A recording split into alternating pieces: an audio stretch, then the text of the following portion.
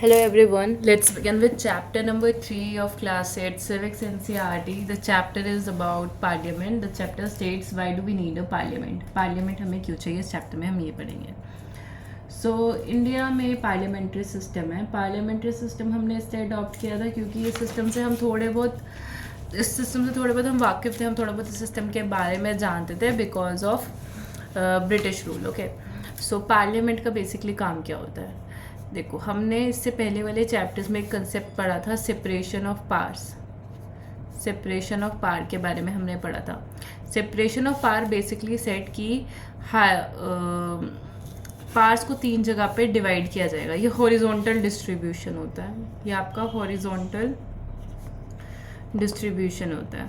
तो पावर को 3 जगह पे डिवाइड किया गया. पहला आपका पार्लियामेंट, ठीक है, जिसको मतलब पार्लियामेंट इज लेजिस्लेटिव ऑर्गन, ठीक है, लेजिस्लेटिव ऑर्गन, ठीक है. फिर उसके बाद आपके आते हैं एग्जीक्यूटिव, फिर आपके आती है जुडिशरी. तीनों आपके लिए इम्पॉर्टेंट है एग्ज़ाम के लिए. पार्लियामेंट का काम होता है लॉ बनाना, बजट को पास करना, बजट को पास करना, डिबेट्स एंड डिस्कशंस हेल्ड करना, एक्सेट्रा. ओके, सो इंडिया की पार्लियामेंट में क्या क्या इंक्लूडेड है? इंडिया की पार्लियामेंट में क्या क्या इंक्लूडेड है? यहाँ से क्वेश्चन बन सकता है, इम्पॉर्टेंट है.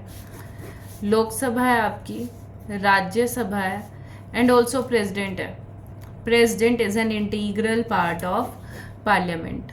ओके, सो इस चीज़ को मत भूलना कि प्रेसिडेंट भी पार्लियामेंट का पार्ट होते हैं. यहीं पे कन्फ्यूजन होती है.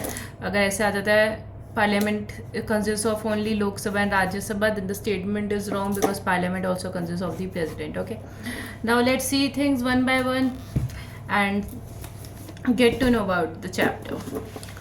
So हमारी कंट्री इंडिपेंडेंट हुई थी 15 अगस्त 1947 को. हमने फ्रीडम इक्वालिटी के बारे में बात करी, हम उसके लिए फ़ाइट किया. कॉलोनियल रूल में हम जब ब्रिटिश रूल के अंडर रह रहे थे तो बहुत सारे ऐसे डिसीजंस थे जो हम खुद से नहीं ले पा रहे थे. सो गवर्नमेंट क्या चाहती थी उस टाइम पे, जो इंडियन नेशनल कांग्रेस थी, वो चाहती थी कि हमारी खुद की अपनी पार्लियामेंट हो, खुद का हमारा अपना कॉन्स्टिट्यूंट असेंबली हो, ताकि हम अपने डिसीजंस खुद ले सकें. इंडियन नेशनल कांग्रेस कब बनी थी? इंडियन नेशनल कांग्रेस आपकी बनी थी 1885 में. 1885 में आपकी इंडियन नेशनल कांग्रेस बनी थी. और तब से इंडियन नेशनल कांग्रेस कह रही थी कि हमारे पास राइट होना चाहिए, राइट टू इलेक्ट लीडर्स. अपने लीडर्स को खुद चुनने का अधिकार होना चाहिए, ठीक है. सो डिस्कशन करने का, बजट को डिस्कस करने का अधिकार होना चाहिए, क्वेश्चंस पूछने का अधिकार होना चाहिए. सो फाइनली क्या होता है, गवर्नमेंट ऑफ इंडिया एक्ट 1909 आता है और कुछ हमको रिप्रेजेंटेशन का राइट मिल जाता है कि आप कुछ लोग खुद से इलेक्ट करके भेज सकते हो, ठीक है. देन यहाँ पे आपको बताया हुआ which you have to remember, for the first time 2004 में पूरे इंडिया में EVMs यूज़ करे गए थे. इलेक्ट्रॉनिक वोटिंग मशीन्स पूरे इंडिया में for the first time use करी गई थी 2004 में. Then people and their representatives. The take-up point for a democracy is the idea of consent, that is a desire, approval and participation of people. Democracy में important होता है कि हम सब लोगों से कंसेंट लें, सब लोग जो डेमोक्रेसी में है उनका अप्रूवल हो और वो पार्टिसिपेट करें, ठीक है. जो लोगों का डिसीजन होता है वही डेमोक्रेटिक गवर्नमेंट को बनाता है. The basic idea is this kind of democracy is that the individual और the citizen is the most important part. देखो, डेमोक्रेसी में मोस्ट इम्पॉर्टेंट फैक्टर क्या होता है? डेमोक्रेसी वर्ड ही डेमो से बना है. डेमो का मतलब होता है पीपल. तो पीपल का पार्टिसिपेशन सबसे ज़्यादा इंपॉर्टेंट होता है डेमोक्रेसी में. और लोग कैसे पार्टिसिपेट कर सकते हैं? थ्रू इलेक्शंस मेनली, ठीक है. तो पार्लियामेंट इसीलिए बनाई गई है कि लोग पार्टिसिपेट करके अपने लीडर्स को भेज सके अपने लॉज बनाने के लिए. ओके, तो यही चीज़ यहाँ पे बताई हुई है कि people can elect their representatives to the parliament. ये जो लीडर्स होते हैं ये क्या करते हैं, फिर इलेक्टेड रिप्रेजेंटेटिव सरकार बनाते हैं. पार्लियामेंट इन्हीं रिप्रेजेंटेटिव से मिलकर बनी होती है. सो बेसिकली हम लोग मिलकर अपनी सरकार बनाते हैं, हम लोग मिलकर पार्लियामेंट में अपने लीडर्स भेजते हैं. I hope you get this point, otherwise I can explain. Look, elections हुए, हम सब ने वोट किया. वोट करके जो हमारे लीडर्स थे उनमें से कुछ हमारे MPs और MLAs बने. यही MPs और MLAs मिलकर हमारी गवर्नमेंट बनाएंगे बेसिकली यही लोग क्या करेंगे, मिलके पार्लियामेंट बनाएंगे और ये लोग हमारे कानून बनाएंगे, ठीक है। सो इवेंचुअली हुआ क्या, इलेक्शंस में वोट किसने किया था, हम लोगों ने, सिटीजन्स ने। सो सिटीजन्स ही मिलके पार्लियामेंट को बनाते हैं, because we people play an important role in the elections, in electing these peoples. Now let's see role क्या होता है पार्लियामेंट का, ये देखते हैं। Indian Parliament is an expression of the faith of the people, have in principles of democracy. There are participation by people in the decision making process and government by consent. लोग participate करते हैं, जो parliament में leaders होते हैं वो decision make करते हैं हम लोगों के लिए। The parliament in our system has immense pass because it is the representative of the people. Parliament हम लोगों ने मिलकर बनाई है क्योंकि हम लोग अपने रिप्रेजेंटेटिव भेजते हैं। Elections to the parliament are held in a similar way as the state legislature. Parliament के इलेक्शंस भी उसी तरीके से होते हैं जैसे कि स्टेट लेजिस्लेचर के होते हैं। लोकसभा के जो यूजुअली इलेक्शंस होते हैं वो होते हैं वंस एवरी 5 ईयर, हर 5 साल बाद होते हैं। कंट्री को वेरियस कॉन्स्टिट्यूएंसीज में बांटा जाता है और वहाँ से एक लीडर चुना जाता है। Each one constituency elects 1 person to the parliament. The candidate who contest elections usually belonging to different political parties. ये हमारा जैसे इंडिया है, ठीक है। I am just drawing a rough map, ठीक है। जैसे ये इंडिया है तो इसमें क्या होता है, छोटी छोटी कॉन्स्टिट्यूएंसीज में बांट दिया जाता है इंडिया को, ठीक है। हर कॉन्स्टिट्यूएंसी से कुछ लीडर्स खड़े होते हैं, ठीक है। फॉर एग्जांपल एक बीजेपी का हो गया, एक कांग्रेस का हो गया, एक अदर्स का हो गया, ठीक है। ऐसे ही इनमें से कोई एक जीत जाएगा, फॉर एग्जांपल कांग्रेस का पर्सन जीत गया। इस तरीके से पूरी कंट्री को जितनी कॉन्स्टिट्यूएंसीज में बांटा हुआ है उधर से लोग इलेक्ट होकर आएंगे और कुछ एक विनर होगा। जिस पार्टी के ज़्यादा लीडर्स होंगे वो पार्टी विनिंग पार्टी होगी और वो पार्टी फाइनली प्राइम मिनिस्टर को चुनती है। यही बताया हुआ है कि लोकसभा के इलेक्शन हर 5 साल बाद होते हैं। कंट्री को कॉन्स्टिट्यूएंसीज में बांटा जाता है, हर कॉन्स्टिट्यूएंसी से एक पर्सन पार्लियामेंट में भेजा जाता है। देखो, पार्लियामेंट ऑफ इंडिया को संसद कहते हैं हिंदी में। ये सुप्रीम लॉ मेकिंग इंस्टीट्यूशन है, ये कानून बनाता है। इसमें 2 हाउस आते हैं, राज्यसभा आता है और लोकसभा आता है। 2 हाउस आते हैं। हाउसेस की बात करें तो 2 हाउस है, राज्यसभा और लोकसभा। राज्यसभा को हम काउंसिल ऑफ स्टेट्स कहते हैं, राज्यसभा को हम काउंसिल ऑफ स्टेट्स कहते हैं। इसमें टोटल कितने मेंबर्स होते हैं, 245 मेंबर्स होते हैं। और राज्यसभा का चेयरमैन कौन होता है, वाइस प्रेसिडेंट ऑफ इंडिया होता है। लोकसभा को हम हाउस ऑफ द पीपल कहते हैं। इसमें टोटल मेंबरशिप 545 होती है और इसको हेड करने वाला स्पीकर होता है। ये तो आप भूलने, मतलब सोचना भी मत कि आप भूल सकते हो। पार्लियामेंट में 2 हाउस होते हैं। हाउसेस की बात हो रही है तो 2 हाउस होते हैं, राज्यसभा और लोकसभा। राज्यसभा में आपके 245 मेंबर्स हैं, लोकसभा में आपके 545 मेंबर्स हैं। राज्यसभा में जो 245 मेंबर्स हैं ये डायरेक्टली इलेक्ट नहीं होते हैं। इनका टर्म पीरियड 6 ईयर होता है, टर्म इनका 6 ईयर होता है। 5 और लोकसभा वालों का टर्म आपका 5 ईयर होता है। राज्यसभा का चेयरमैन जो होता है, चेयरपर्सन जो होता है वो कौन होता है, vice chairman of India, vice president of India, vice president of India. और लोकसभा का जो चेयरमैन होता है वो कौन होता है, स्पीकर। इसको स्पीकर कहते हैं, ठीक है। ये आपको दोनों चीज़ें याद रखनी है। देन यहाँ पे आपको बताया हुआ है 16th लोकसभा इलेक्शंस का रिजल्ट। यहाँ पे आपको बताया हुआ है 17th का रिजल्ट। जो लेटेस्ट लोकसभा का इलेक्शन का रिजल्ट है हम क्लास 9th की एनसीईआरटी में कवर अप करेंगे। अब यहाँ पे बताया हुआ कि नेशनल गवर्नमेंट कैसे चुनती है। हम बेसिकली लोकसभा और राज्यसभा के बारे में देखेंगे, एक एक लाइन को रीड करते जाते हैं। Once elected these candidates becomes members of parliament और एमपीज। मैंने आपको बताया कि इलेक्शंस होते हैं, 2-3 लोग इकट्ठे इलेक्शंस में लड़े, ठीक है। जो जीतता है वो मेंबर ऑफ पार्लियामेंट बनता है। ये एमपी इकट्ठे आके पार्लियामेंट बनाते हैं।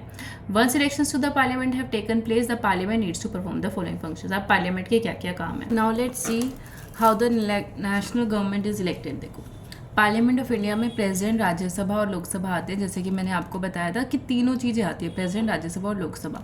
बट अगर हम हाउसेस की बात करेंगे तो लोकसभा और राज्यसभा मिलकर बनाते हैं।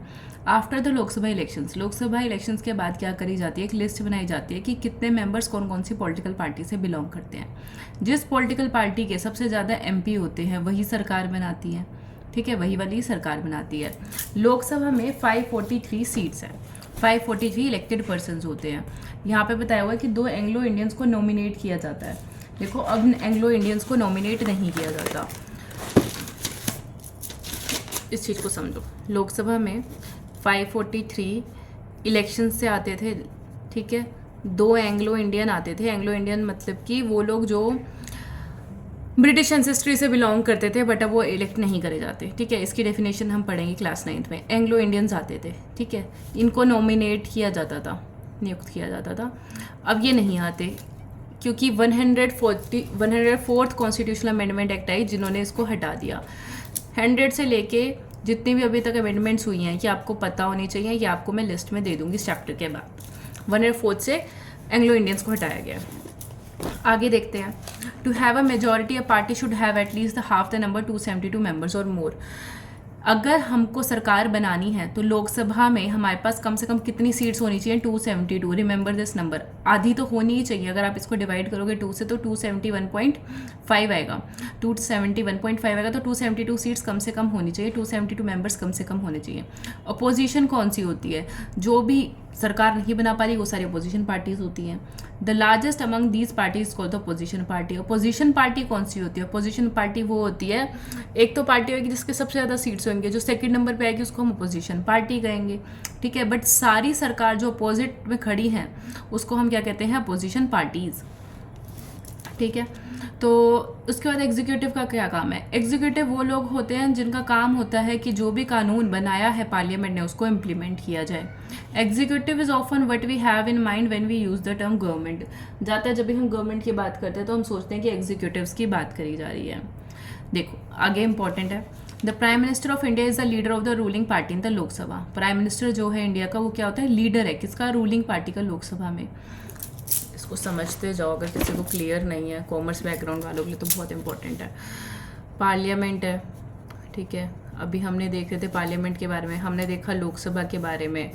जिसके पास 272 या उससे ज़्यादा वोट्स आ गए, 272 प्लस वोट्स आ गए, वो क्या बनेगी? सरकार बनाएगी, गवर्नमेंट बनाएगी। अपोजिशन क्या हो गई? जिसके पास सेकेंड नंबर पे वोट्स हैं सबसे ज़्यादा, ठीक है। प्राइम मिनिस्टर इनमें से ही चुना जाएगा, जिसने गवर्नमेंट बनाई है उसी का एक एमपी क्या बनेगा? प्राइम मिनिस्टर बनेगा, ठीक है। Prime minister of India is the leader of the ruling party in the Lok Sabha. और प्राइम मिनिस्टर कहाँ से बनता है? लोकसभा से बनता है। क्या हर बार प्राइम मिनिस्टर लोकसभा से बनता है? नहीं, ऐसा कंपल्शन नहीं है। ये भी आपको लेटर ऑन में पढ़ाऊंगी कि जरूरी नहीं है कि हमेशा लोकसभा से ही प्राइम मिनिस्टर को चुना जाए, पर जो पार्टी रूलिंग पार्टी होती है, जिस पार्टी की सबसे ज़्यादा सीट होती है लोकसभा में, उसी का प्राइम मिनिस्टर बनाया जाता है। From the MPs who belong to her party the prime minister select ministers to work with her to implement decisions. फिर क्या होता है? प्राइम मिनिस्टर चुना जाता है उस वाली पार्टी में से जिसने सरकार बनाई है। प्राइम मिनिस्टर अपॉइंट करता है, सिलेक्ट करता है लीडर्स को, मिनिस्टर्स को। ये मिनिस्टर्स क्या करते हैं? डिफरेंट गवर्नमेंट के फंक्शन जैसे कि health sector, education sector, road sector, finance sector, इन सबको लीड करते हैं, ठीक है। कोलिशन पार्टी क्या होती है? देखो अगर एक सरकार मिलकर 272 वोट्स नहीं ले पाई, अगर एक सरकार मिलकर 272 वोट्स नहीं ले पाई तो क्या होता है? एक से ज़्यादा पार्टीज एक साथ आते हैं और दिखाते हैं कि हम सब ने मिलकर सरकार बनाई है। Parties come together from different political parties who are interested in similar concerns to form what is known as coalition government. तो कोलिशन गवर्नमेंट का मतलब क्या हो गया? मोर देन वन पार्टी, एक पार्टी से ज़्यादा जब इकट्ठे होकर आप गवर्नमेंट बनाओ। कितनी सीट्स होनी चाहिए? 272। Rajya Sabha functions primarily as a representative of the states of India in the parliament. Rajya Sabha mainly क्या दिखाता है? स्टेट्स को दिखाता है, इंडियन स्टेट्स को दिखाता है। Rajya Sabha can also initiate legislation. क्या राज्यसभा कानून को इनिशिएट कर सकता है, बिगिन कर सकता है, लॉ को बिगिन कर सकता है? बिल्कुल कर सकता है। And a bill is required to pass through the Rajya Sabha in order to become a law. कोई भी कानून, हमने देखा था पार्लियामेंट का क्या काम था? पार्लियामेंट का काम था लॉ बनाने का, ठीक है। पार्लियामेंट का काम था लॉ बनाने का। 2 पार्ट थे, लोकसभा और राज्यसभा। क्या राज्यसभा किसी लॉ को प्रपोज कर सकता है? किसी कानून को स्टार्ट करने की बात कर सकता है, प्रक्रिया स्टार्ट कर सकता है? हाँ। पर अगर लोकसभा में स्टार्ट हुआ है, अगर कोई लॉ लोकसभा में स्टार्ट हुआ है तो उसको राज्यसभा से पास होना पड़ता है। अगर लोकसभा ने भी हाँ कर दी, राज्यसभा ने भी हाँ कर दी, उसके बाद प्रेसिडेंट का असेंट चाहिए होगा, प्रेसिडेंट का सिग्नेचर चाहिए होगा। जब तक प्रेसिडेंट हाँ नहीं करता, सिग्नेचर नहीं करता, कानून नहीं बनेगा। यही बताया हुआ है। राज्यसभा इनिशिएट कर सकता है लॉ को, किसी भी कानून को बनना है तो राज्यसभा से होकर जाना पड़ेगा। It therefore has an important role of revising and altering if needed the laws initiated by the Lok Sabha. इसलिए राज्यसभा का एक इंपॉर्टेंट काम है किस चीज़ का, कि कोई भी कानून में अगर गलती होगी है लोकसभा से तो उस चीज़ को बता सके, डेलिब्रेशंस कर सके, डिस्कशंस कर सके। The members of the Rajya Sabha are elected by the elected members of the legislative assemblies of various states. अब राज्यसभा के मेंबर्स कहाँ से आते हैं, राज्यसभा में मेंबर्स कहाँ से आते हैं? देखो, हर स्टेट में, अभी आपको पता है ना, राज्यसभा स्टेट को रिप्रेजेंट करती है, राज्यसभा स्टेट रिप्रेजेंट करती है, ठीक है। कैसे रिप्रेजेंट करती है? स्टेट्स में क्या होता है, स्टेट्स में ना लेजिस्लेटिव असेंबली होती है, लेजिस्लेटिव असेंबली होती है, स्टेट में लेजिस्लेटिव असेंबली होती है, या फिर से स्टेट में लेजिस्लेटिव काउंसिल्स होती हैं। हर स्टेट में लेजिस्लेटिव काउंसिल नहीं होती, पर हर स्टेट में लेजिस्लेटिव असेंबली होती है। तो ये जो स्टेट लेजिस्लेटिव असेंबली के मेंबर्स होते हैं, एमएलएज होते हैं, ये भेजते हैं राज्यसभा में मेंबर्स, यही लिखा हुआ है। The members of the Rajya Sabha, Rajya Sabha के मेंबर्स इलेक्ट करे जाते हैं bye the elected members of the legislative assemblies of various states. Legislative assemblies जो कि स्टेट्स में है वही मिलकर किसमें भेजती हैं, राज्यसभा में भेजती हैं। There are 233 elected members, 233 members elect करके भेजे जाते हैं और 12 मेंबर्स प्रेसिडेंट नॉमिनेट करता है। कौन नॉमिनेट करता है? प्रेसिडेंट नॉमिनेट करता है। इससे पहले हमने देखा था कि राज्यसभा का चेयरपर्सन कौन होता है, vice president of India Rajya Sabha का चेयरपर्सन होता है। तो 233 प्लस 12 मेंबर्स हो गए, तो इट मीन्स 245 मेंबर्स हो गए हमारे राज्यसभा के। आगे देखेंगे हम इसके बारे में डिटेल में, एग्जैक्ट 245 भी नहीं है। इसके बाद आपको बताया हुआ है दूसरा क्या काम है पार्लियामेंट का। पार्लियामेंट का काम है कंट्रोल, गाइड और इन्फॉर्म करना गवर्नमेंट को। पार्लियामेंट का सेशन स्टार्ट होता है क्वेश्चन आवर से, वेरी इंपॉर्टेंट। सीधा क्वेश्चन यही बनता है कि पार्लियामेंट किससे शुरू होता है। पार्लियामेंट जब भी बैठती है क्वेश्चन आवर से शुरू होती है। क्वेश्चन आवर एक इंपॉर्टेंट मैकेनिज्म होता है जिससे जो एमपी होते हैं वो इन्फॉर्मेशन पुट करते हैं गवर्नमेंट के आगे। देखो क्या होता है, फॉर एग्जाम्पल पार्लियामेंट है, ठीक है, पार्लियामेंट में एमपीज़ हैं। अब कुछ एमपीज़ ने मिलके क्या बनाई है, गवर्नमेंट बनाई है। बाकी वाले क्या हो गए, अपोजिशन वाले। अपोजिशन वाले क्वेश्चन पूछते हैं इन इलेक्टेड वालों से, एमपी से, मिनिस्टर से, कि तुमने ये क्यों किया, तुमने ये वादा किया था, क्या ये हुआ या नहीं हुआ। ये सब किस में किया जाता है, क्वेश्चन आवर में। क्वेश्चन आवर से पार्लियामेंट शुरू होती है, क्वेश्चन आवर से, ठीक। ऑपोजिशन पार्टी की इंपॉर्टेंट रोल प्ले करती है अकाउंटेबल ठहराने में जो इलेक्ट हुई है गवर्नमेंट उसको। गवर्नमेंट को बहुत अच्छा फीडबैक मिलता है जब इनसे क्वेश्चंस पूछे जाते हैं, ठीक है। In addition in all the matters dealing with finances the parliament's approval is crucial for the government. Finances के साथ जो डील किया जाता है तो पार्लियामेंट का अप्रूवल नेसेसरी है। बजट पास करने के लिए पार्लियामेंट का अप्रूवल चाहिए होता है, ठीक है। MPs as representatives of the people have a central role in controlling, guiding and informing parliament. MPs का एक important रोल होता है कंट्रोल करने में, गाइड करने में, इन्फॉर्म करने में पार्लियामेंट को, जिससे कि हमारी इंडियन डेमोक्रेसी अच्छे से वर्क कर रही है। और क्या काम है पार्लियामेंट का? पार्लियामेंट का एक, देखो हमने 2 काम देखे हैं, नेशनल गवर्नमेंट बनाना, इन्फॉर्म करना गवर्नमेंट को, कंट्रोल करना, कानून बनाना, ठीक है। तो पार्लियामेंट में आज के टाइम पे क्या है, ज़्यादातर रूरल मेंबर्स हैं from many regional parties, not so important. Okay. Who are the people in parliament? Parliament में हम लोग मिलकर ही जाते हैं। अगर हम एक ट्रेंड देखें तो वोटर टर्नओवर जो है वो बढ़ता जा रहा है। देखो फर्स्ट लोकसभा इलेक्शन में 61% थे, 16th में 66% थे। तो जो टर्नओवर है, जो लोगों का पार्टिसिपेशन है, वो क्या हो रहा है, बढ़ रहा है। It has been observed that representative democracy cannot produce a perfect reflection of society. This is a realization that when interests and experiences separate us, it is important to ensure that communities that have historically marginalized are given adequate representation.